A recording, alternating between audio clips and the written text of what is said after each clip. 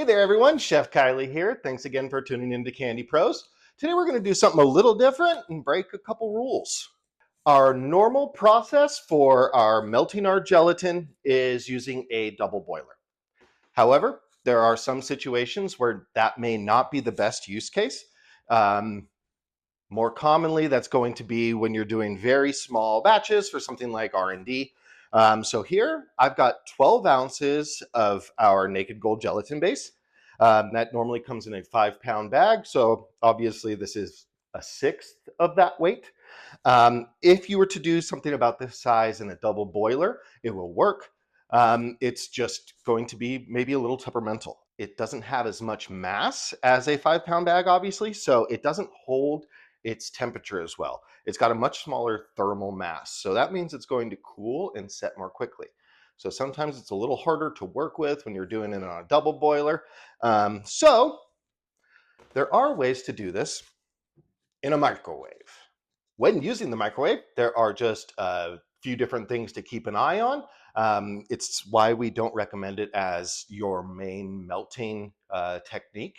It gets a little more difficult as you increase the batch size. For example, if I were to put 5 pounds of gummies into this microwave, the outer gummies are going to melt a lot more quickly than the ones on the inside. And so you're going to have different grades of melting going on in your melting container in a microwave when you have a larger batch. It's much more difficult to stir, so you might start to overcook some of the gelatin in there before everything is completely melted. That's why we recommend a double boiler, because it is much more difficult to overcook your gummies in a double boiler. It is very easy to overcook them in a microwave. But we're going to be going through how to hopefully avoid that.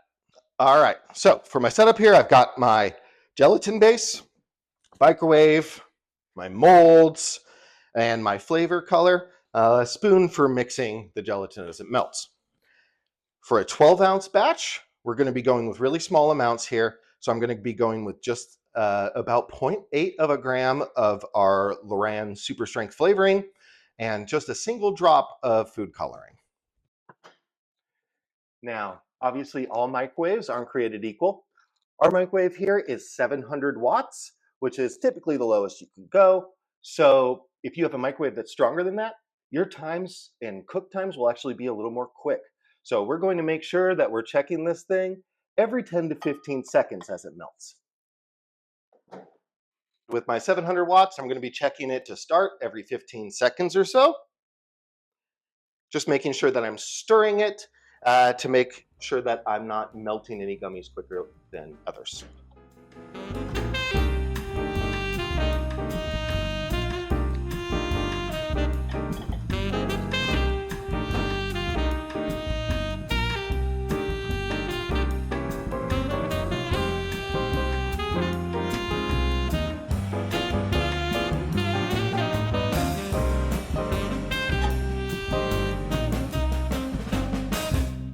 All right, I'm almost completely melted. Not quite, there's still a little bit of cube structure going on with some of them, so I'm going to give it another 10 to 15 here.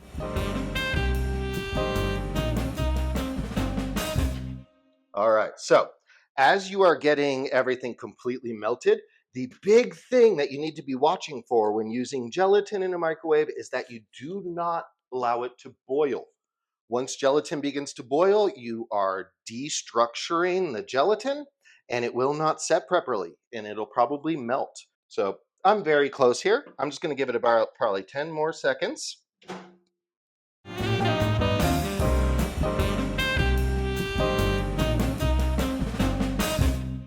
All right. Yep, that's looking pourable. So I'm going to add in 1 drop of my color and just about 0.8 grams of my flavor here, which I know with this one comes just underneath my 1 milliliter line on my dropper. Okay. Give it a good stir. All right. Pour it out on my prepared mold here.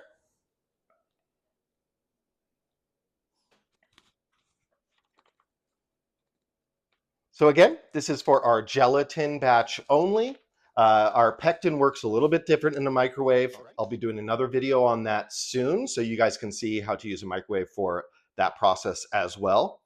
However, again, when you're using your gelatin, make sure to keep a close eye on it in short cooking bursts so that you do not boil the gelatin. Good luck out there. Let us know if you have any questions, and happy gummy making.